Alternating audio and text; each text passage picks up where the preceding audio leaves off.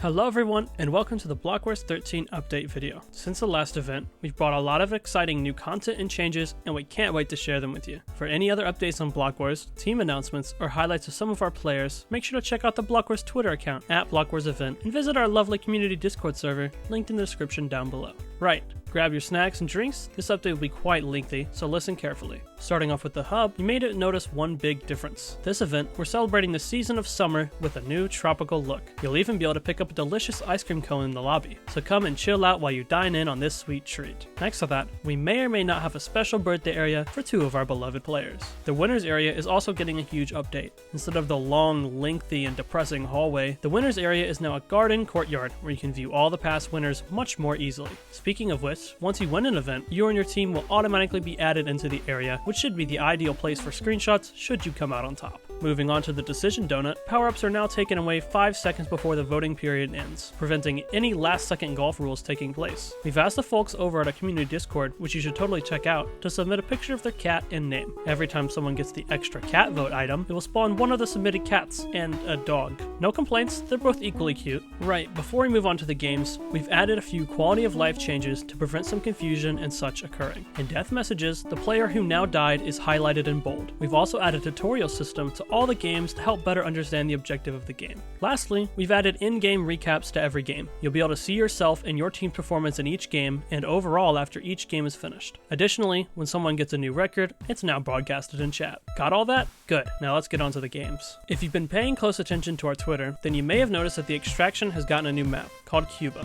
Inside all houses are mini parkour sections which can be used to gain height and leverage. As you can see, the extractionist point is surrounded by water, where you'll be able to knock your enemies into. Get knocked? Don't worry, you can easily tag back into the fight with the depth strider on your boots, providing you with vast underwater speed. Additionally, we have reduced the arrow count to this map to 3. Speaking of arrows, you now get those back when you hit your teammates with them. Harming potions should also no longer do damage to your teammates. You can also now see players on the opposing team under the boss bar. Players colored are marked alive, while players that are grayed out are either eliminated or extracted.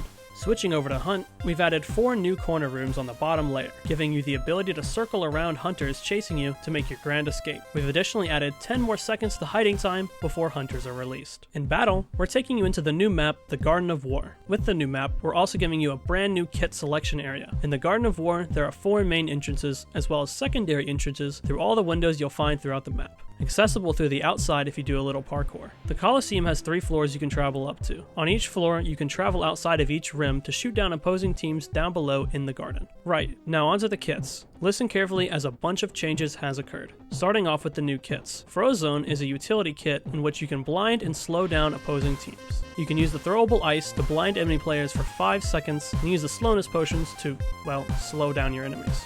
You can use the freeze up power effect to gain strength 2 and speed 3 for 30 seconds, but you'll lose your sword in the process. You'll be able to receive it back after those 30 seconds are up. Its armor consists of diamond boots, leather leggings, and a chest plate and an iron helmet. We've merged the tank and healer kits into the brand new medic kit, which consists of a wooden sword, multiple healing potions, and an absorption potion. Its armor consists of a leather helmet and boots, while its chest plate and leggings are diamond. Moving on to the rest, Wizard has a stone sword that has knockback 2, a book that makes you boost yourself backwards, and a couple of potions consisting of harming, strength, and levitation. Its legging and boots are now iron instead of leather. With Elytra, you now start off with more arrows. Its armor now consists of a netherite helmet and boots. Roadrunner now has an iron sword, and its armor now consists of a leather helmet and chest plate, an iron chest plate, and netherite boots. The skeleton kit now has sharpness 3 bone, and now consists of a bow with punch 1 and power 2, as well as starting with more arrows.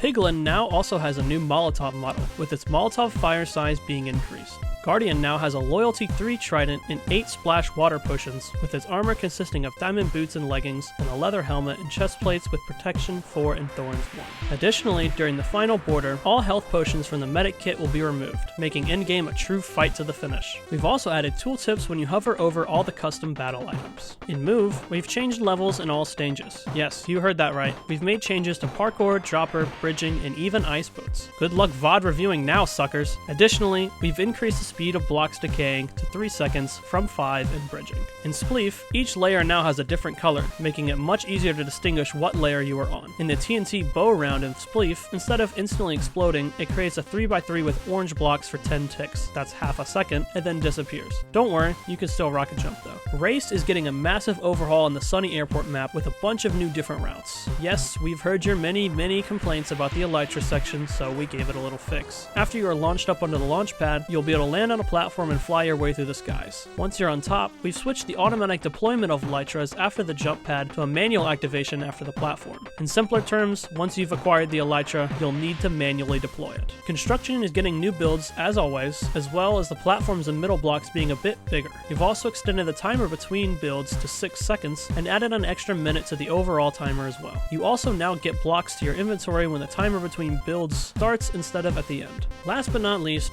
Party. Party has a lot of changes, so listen very carefully. Crossfire and, unfortunately, everyone's favorite party game Collect has been removed from the rotation. Such a terrible loss. Beep Test and Skybolt are back in the lineup, with Skybolt having slightly bigger hitboxes. However, we're happy to introduce 2 more party games to the lineup. In Fire Feet, you'll be able to move freely around the map. Be careful, as you move around, you'll be leaving a very fiery trail that decays more and more as you walk on it. You start running on coal blocks, which over time will turn into yellow, orange, and then red blocks, which will then disappear as someone walks on it. Try to be the last one standing in this flaming hot game. Moving on to the next new party game, Splat. Splat is a fast-paced party game where you cover as much as the map as you can with your team's color. You'll be equipped with a splat gun corresponding with your colored team. Eliminating enemy opponents results in them exploding, covering the general area in your team's color. Getting a kill streak of 5 will grant you a paint bomb. When thrown, it'll change the area into your team's color, much bigger than what kills cover. Additionally, if you sneak, you'll be able to traverse throughout the map much faster. Of course, you can always unsneak to move normally. And those are your 4 party games for this event. And that covers all the updates and changes for Block Wars 13. If you want to stay up to date with all the news on Block Wars, make sure to follow us on Twitter @BlockWarsEvent and join our Discord linked in the description below. We all hope you enjoy Block Wars 13, whether it's a player, tester, or a viewer.